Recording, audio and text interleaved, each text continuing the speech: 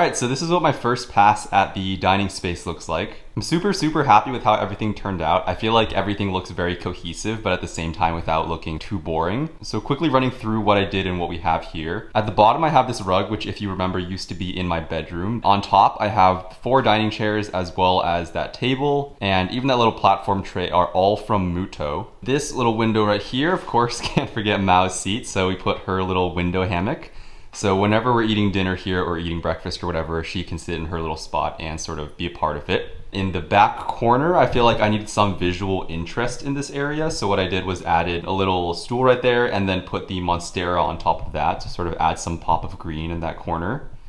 This is another piece from Muto. It's called a stacked storage system. Each of these are actually individual modular pieces which you can arrange in like any way you want. All the pieces are totally separate and you just connect them using these very simple clips, which I think is really cool. You guys know I'm a huge fan of like customizable or modular furniture because it can really grow and evolve with your space as you continue to change it. Filled it up with a bunch of little cups and a vase, a little lamp right there, and then yeah, just some books and other little goodies. If you guys remember, I used to obviously have that pretty small dining area at my old apartment. And even though I also definitely enjoyed this space, it was obviously pretty cramped and we had to use a pretty small dining table. It just feels very like surreal and a dream to have this real, pretty large dining set. For reference, also, by the way, this table is 50 inches across, whereas my old table was only 28 inches. So it's almost 2 times bigger. I just feel like with these windows and everything, it feels like a proper setup where I can host friends or family and just really have a relaxing time in my own dining space. Now I have another house to come to. Because like me, you know how I used to already drinking.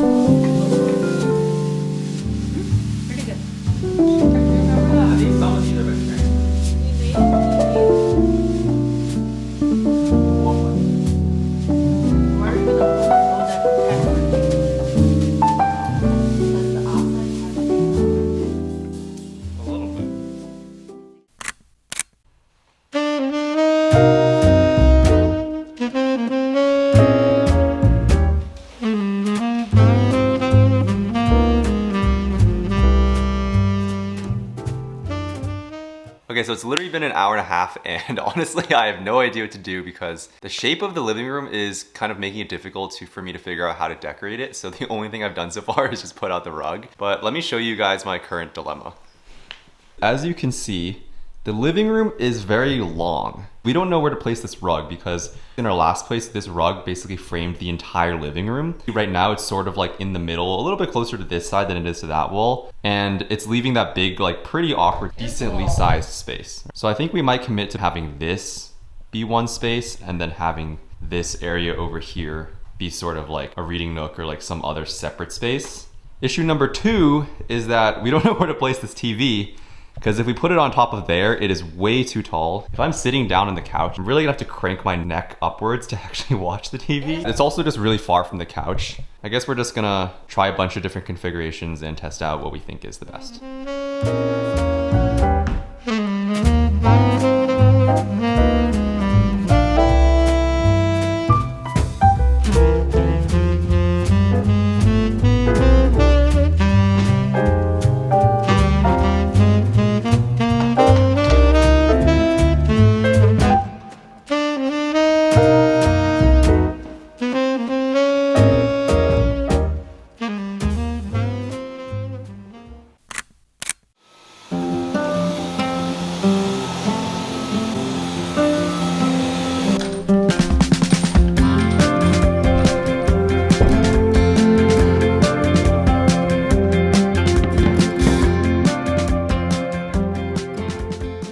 Okay, so it took a while, but this is finally what we landed on for the living room layout. Let me show you what we did.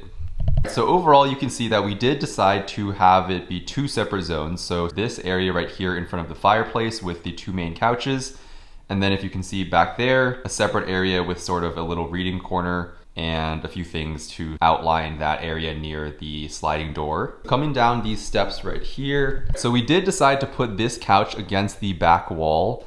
I think it looks a little bit awkward right now, but honestly, I think that's just because there's nothing on this wall. We're gonna either put a big piece of artwork up there or potentially those shelves that run across the top at my old place. Taking a little left here, that again is the kitchen door.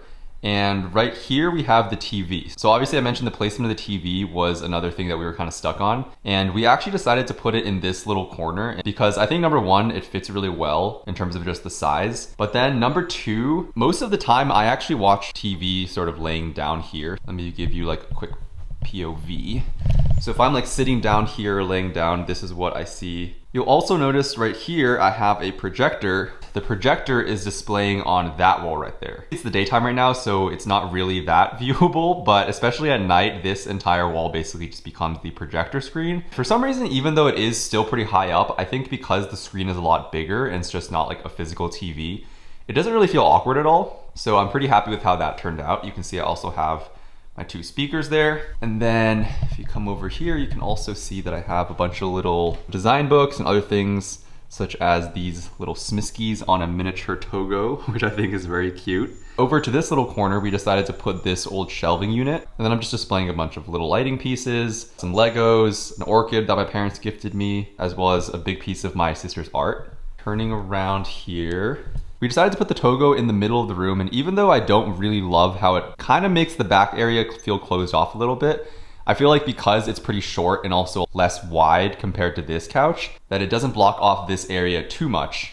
And then over here near these big windows, we sort of made this entire area a cozy little reading nook with a little armchair, the ottoman so you can kick your feet up, and then the Monstera rug to add just like a pop of playfulness. Behind the Togo, I also placed this bench, which you might remember from a few videos ago. I put a few plants on there to add some more greenery. And then coming over to this portion of the room, this is obviously the door that leads out onto the deck. And so I put another bench that used to be in my entryway next to here so you have somewhere to sort of put your shoes on. You can see I got a bunch of like outdoor slippers there, as well as a placemat so you don't get too much dirt from the outside in. I think overall the space turned out really well, even though there are a few things that I'm still not super happy about, such as the placement of the TV. I'm sure I'm going to continue to play with it and sort of change things around in the coming months as I live here. And that's, I think, one of the really important things about interior design that I've talked a lot about. The idea of sort of taking your time to figure out a space. I feel like I see a lot of people sort of rush into it, immediately decorate everything and buy everything that they thought they needed, and then later either regret purchases or realize that certain things don't work in their space. Even though right now I feel like this is the best option, as I actually live in the space and I continue to use it, I'm gonna start to figure out things that either I don't like about it or things that I really do like about it, and then I can continue to change the space from there, so that by the end of it, when I reach quote unquote the final configuration, even though I feel like there's never really a final layout,